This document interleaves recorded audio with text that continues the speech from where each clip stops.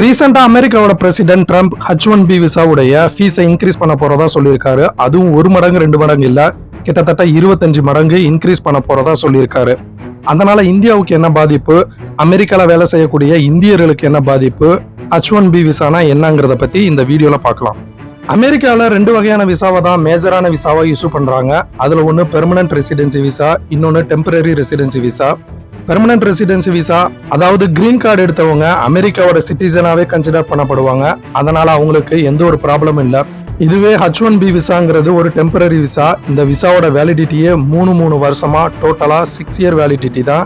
6 year விசாவோட validity முடிஞ்சதுக்கு அப்புறம் அமெரிக்காவை விட்டு எக்ஸிட் ஆயிரணும். H1B விசாவை நாம சொந்தமா காசு கட்டி எடுக்க முடியாது. அமெரிக்கால இருக்கிற ஏதாவது ஒரு கம்பெனி எனக்கு இந்த பர்சன் வேலைக்கு தேவைன்னு சொல்லி அங்கிருந்து விசா கொடுக்கணும்.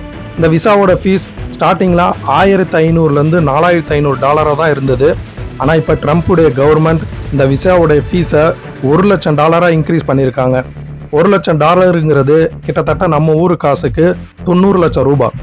இந்த விசாக்கான ஃபீஸை ஒர்க் பண்ணக்கூடிய எம்ப்ளாயி பே பண்ண தேவையில்ல, அந்த எம்ப்ளாயி ஒர்க் பண்ணக்கூடிய கம்பெனி தான் பே பண்ணணும். ஸோ 90 லட்சம் ரூபாய் கொடுத்து ஒரு எம்ப்ளாயியை கம்பெனி ஒர்க்குக்கு எடுப்பாங்களாங்கிறது தான் இப்போ மிகப்பெரிய கேள்வியே. இப்போ இந்த விசாவோட ஃபீஸை இன்க்ரீஸ் பண்ணதுனால இந்தியன்ஸுக்கு என்ன ப்ராப்ளம்னா, இந்த H1B விசா வருஷத்துக்கு 65,000 85,000 விசா தான் ஒரு வருஷத்துக்கு அமெரிக்கா இஷ்யூ பண்றாங்க. இதுல 65,000 விசா பேச்சுலர்ஸ் முடிச்சவங்களுக்கும் 20,000 விசா மாஸ்டர்ஸ் முடிச்சவங்களுக்கும் இஷ்யூ பண்றாங்க.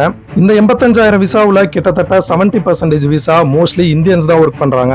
அதனாலதான் இப்ப இந்த விசாவோட ஃபீஸ் இன்க்ரீஸ் பண்ணதுனால இனிமே இந்தியன்ஸுக்கு அமெரிக்கால வேலை கிடைக்குமா அப்படிங்கிறது மிகப்பெரிய கேள்விதான்.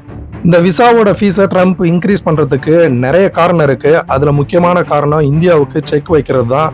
ஏன்னா ஸ்டார்டிங்ல இருந்தே ட்ரம்ப் இந்தியா அமெரிக்கா பொருட்களுக்கு அதிகமான வரி விதிக்கிறதா சொல்லி 25% டாரிஃப் போட்டாரு. அதுக்கப்புறம் இந்தியா ரஷ்யா கிட்ட இருந்து நிறைய ஆயில் வாங்குறாங்கன்னு சொல்லி அதுக்கு ஃபைன் போடுறதா சொல்லி திரும்ப 25% டாரிஃப் போட்டாரு. இவ்வளோ ட்ரம்ப் டாரிஃப் போட்டும் இந்தியா அமெரிக்கா சொல்றதை கேட்காம ரஷ்யா கிட்ட இருந்து ஆயில் வாங்கிட்டு வந்தாங்க. அதனால தான் இந்தியாவுக்கு மேலும் நெருக்கடி கொடுக்கணுங்கிறதுக்காக தான் இந்த H1B விசாவுடைய ஃபீஸை ட்ரம்ப் இப்போ இன்க்ரீஸ் பண்ணியிருக்காரு. இதனால இன்டைரக்டா இந்தியாவுக்கு நெருக்கடி கொடுக்கணுங்கிறது தான் ட்ரம்ப்போட மாஸ்டர் பிளானு.